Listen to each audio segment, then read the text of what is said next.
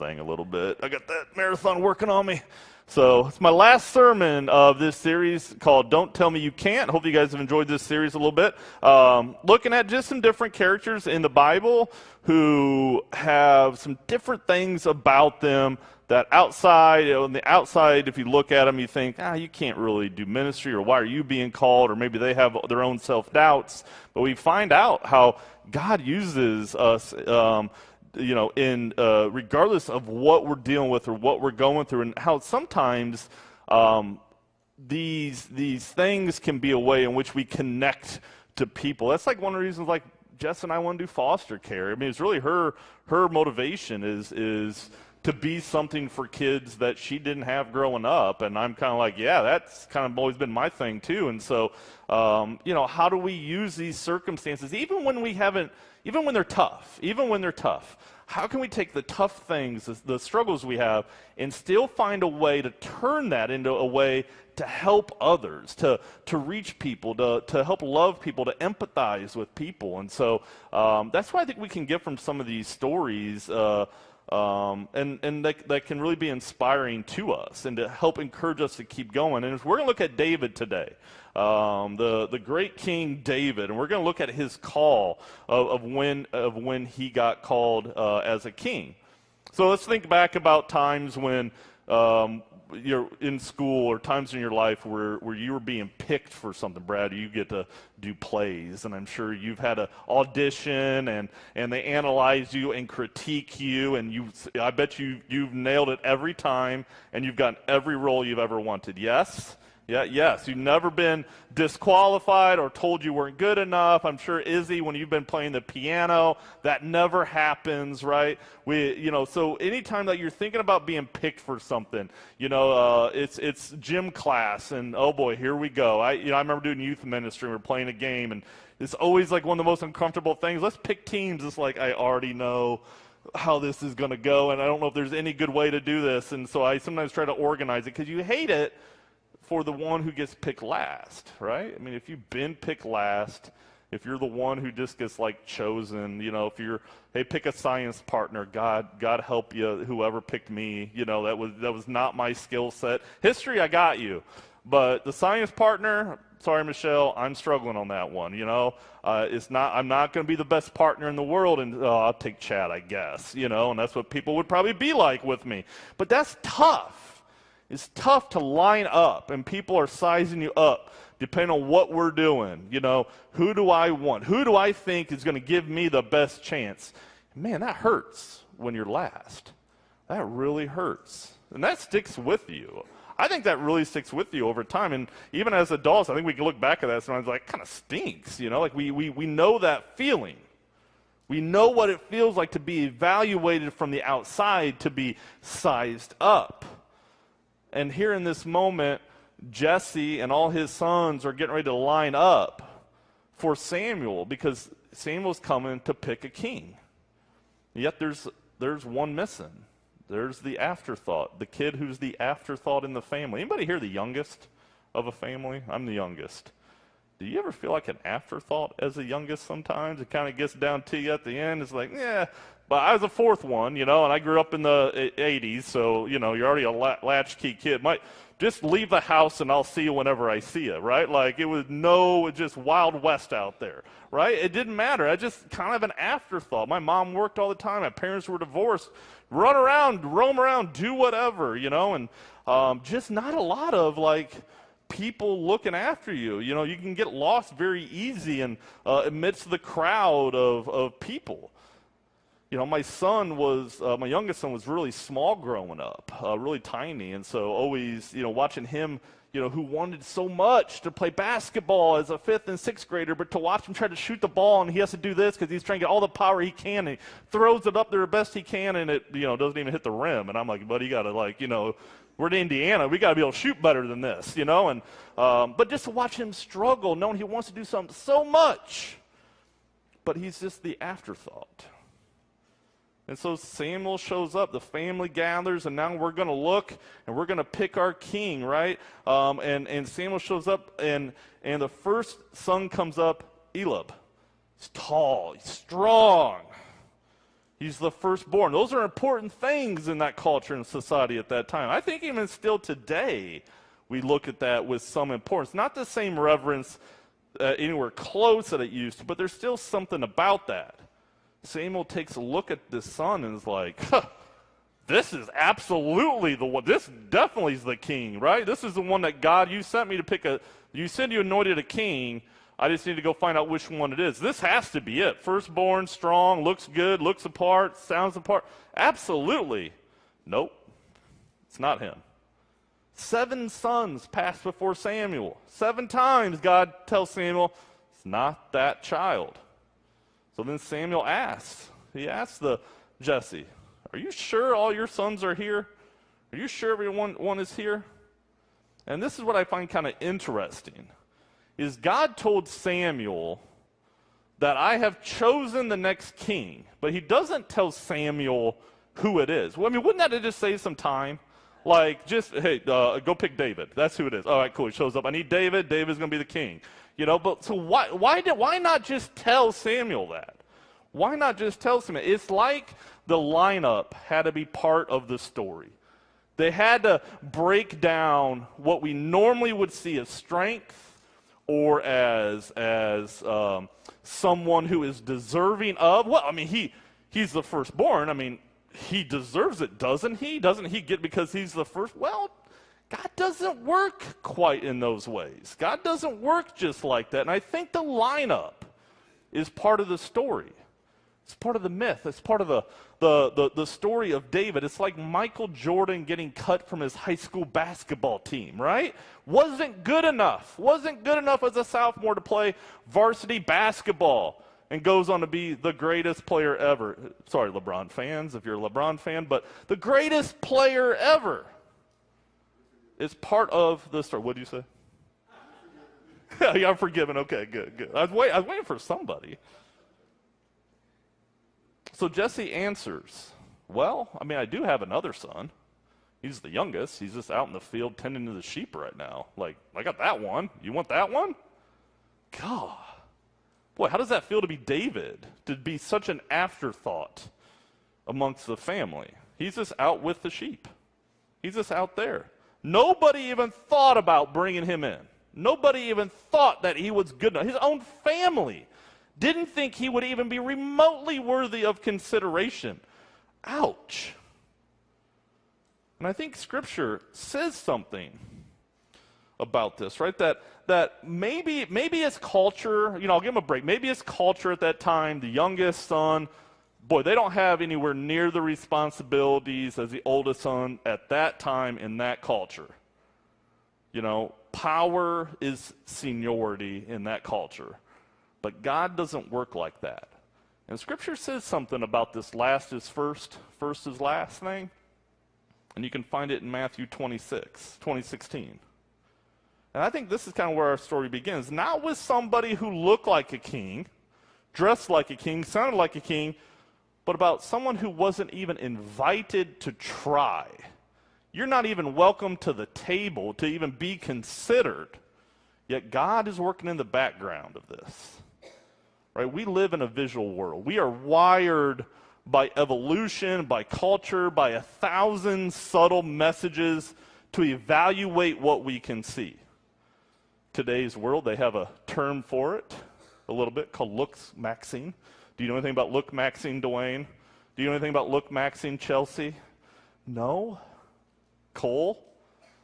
A little bit. Let me do some, IT. Boy, anybody? We got a few. So look-maxing is this thing nowadays. It's with a lot of the younger groups about how to maximize your look, to be the most attractive person you can. To an extent that they take hammers to their chins and try to damage their bones to form them on their face. They do all sorts of things to put out aura. You got to have aura, right? We know about it. You got to walk in the room and have this aura that people gravitate to you. And this is if you go to looksmax.ai, if you want to be humbled today, if you feel particularly prideful and cocky today, go to looksmax.ai and upload a photo of yourself. And they will gladly give you a rating out of 10. That is not mine. I just pulled it off the internet. Whoo! I am not bold enough to do it because I don't even know if I'm going to get a 5.9. They are hard on these. But they go through everything. What you look like, what your rating should be, and where you need to improve to maximize your looks. Because looks get you into places and make you successful. It's all about your looks. In 2015, the World of Labor published a report that showed attractive people make 15% more than less attractive people. Why? Because we view people who are attractive physiologically as being more intelligent, being more trustworthy. When picking a leader, we want the strong warrior who is articulate and intelligent. And that sounds obvious and that sounds good, yet we struggle with only seeing with our eyes and hearing with our ears. And we match that with this distorted, unhealthy views on strength. And we don't pick people by the content of character, but only by how they make us feel. And not everything that makes us feel good is good for us.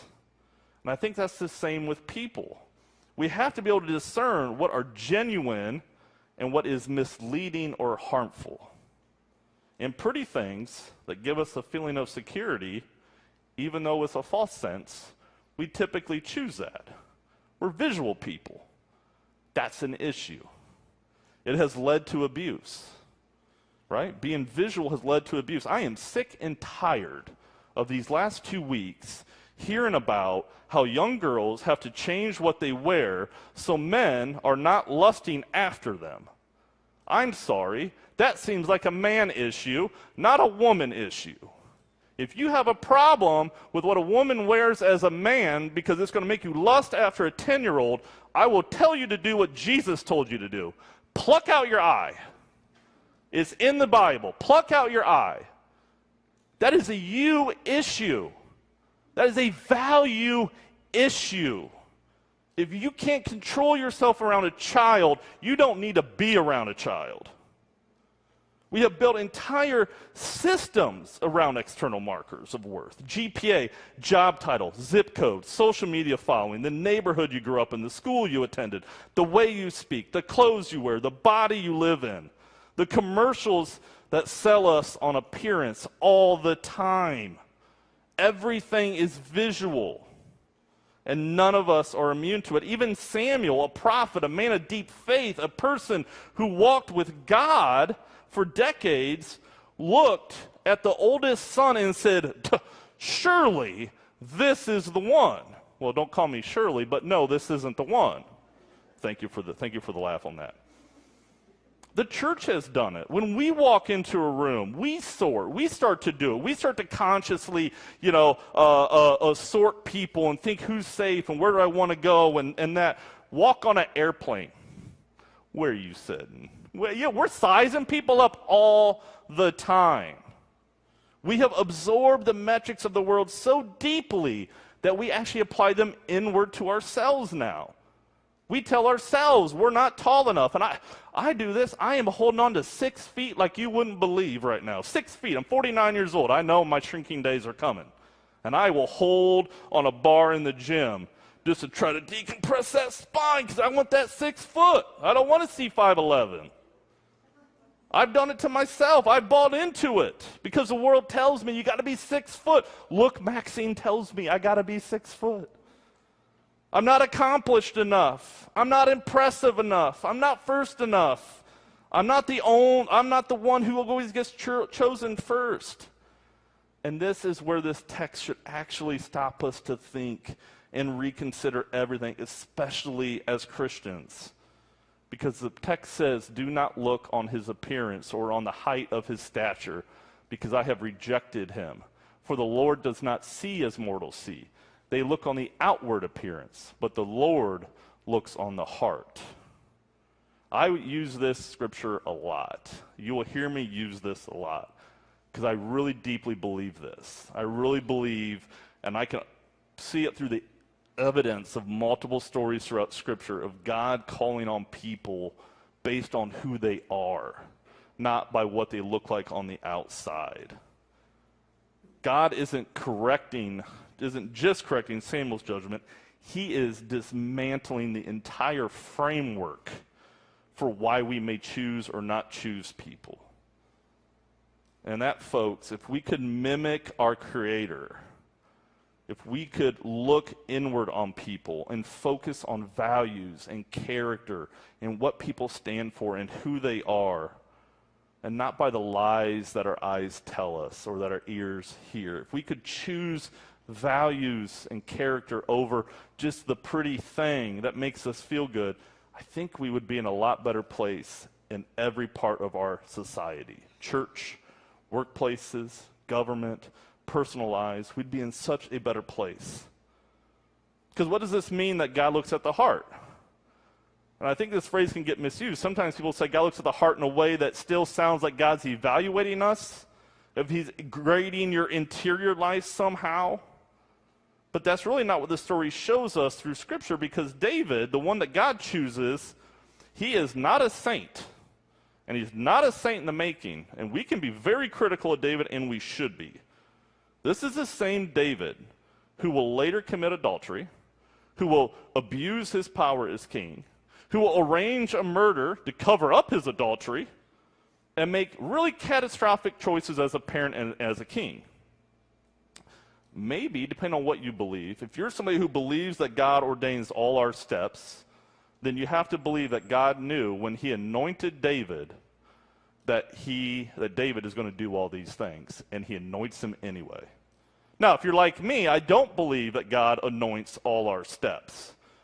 But I believe that God is involved in our lives, that he believes in us, that believes in David, and is constantly calling us. Even if when we get off the path, I always feel like even when I've gotten off the path a little bit, that God somehow has called me back. Hey, Chad, I know you said no when I told you to go. I know you went right when I told you to go left. I'm glad you made your way back around. Now listen, go right this time, Chad. Go right. Now I will still choose to go left.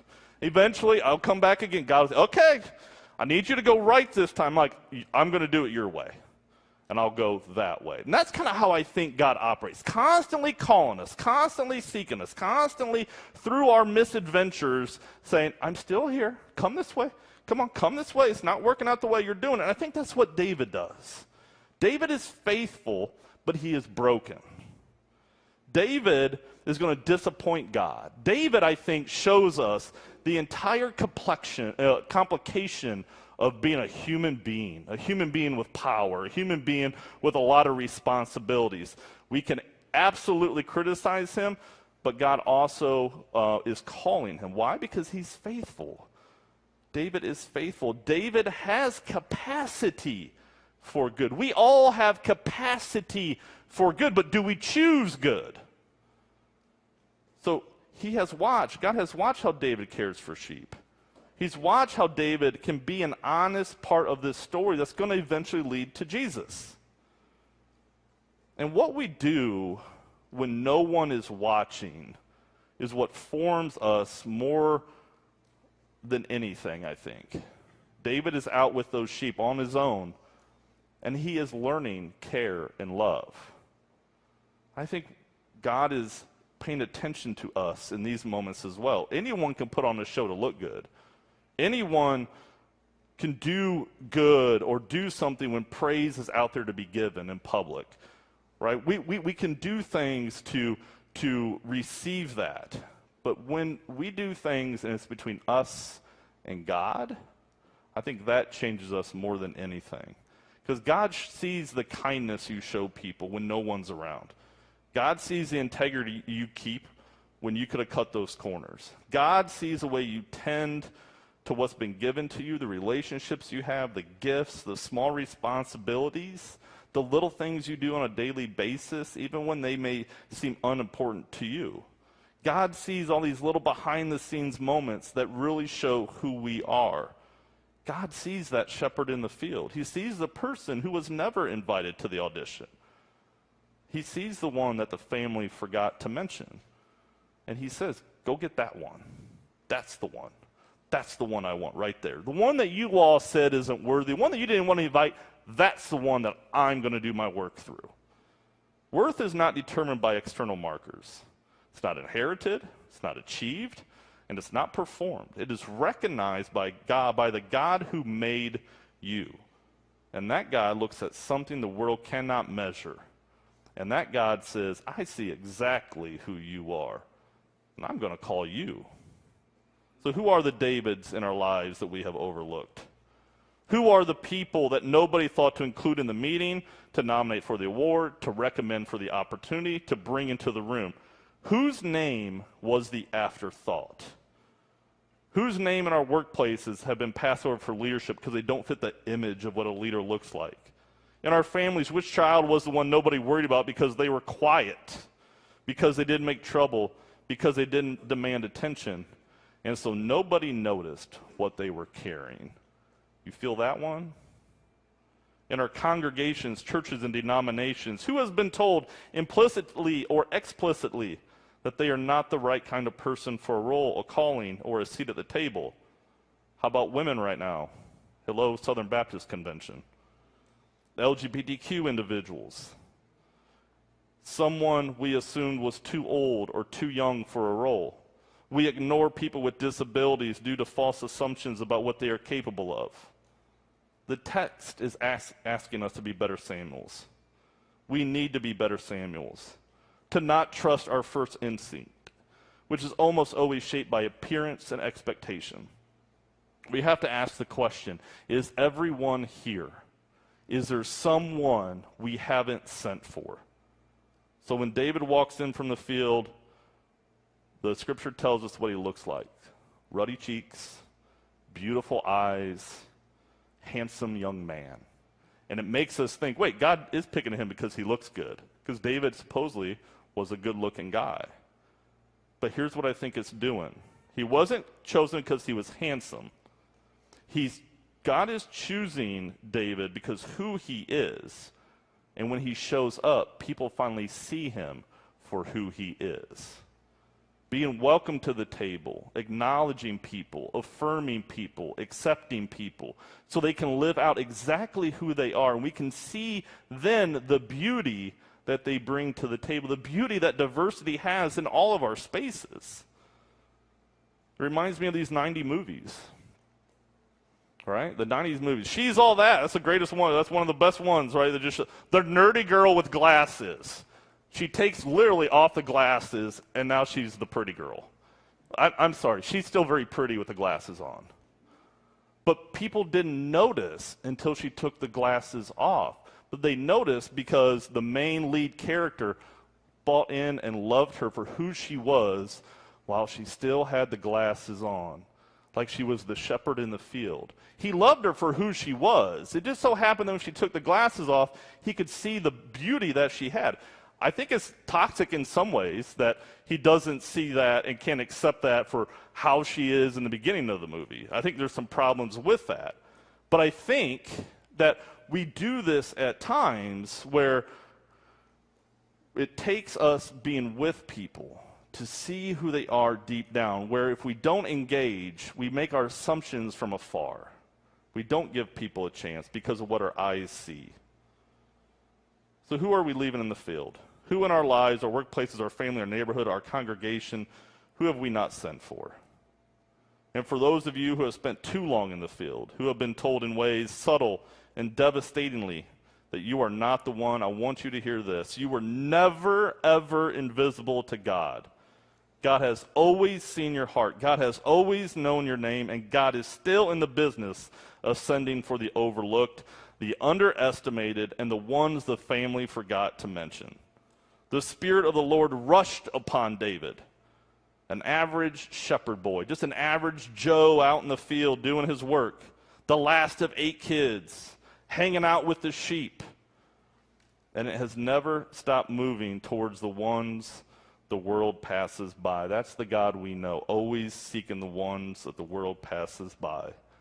Don't tell me you can't, because God's been watching you in the field all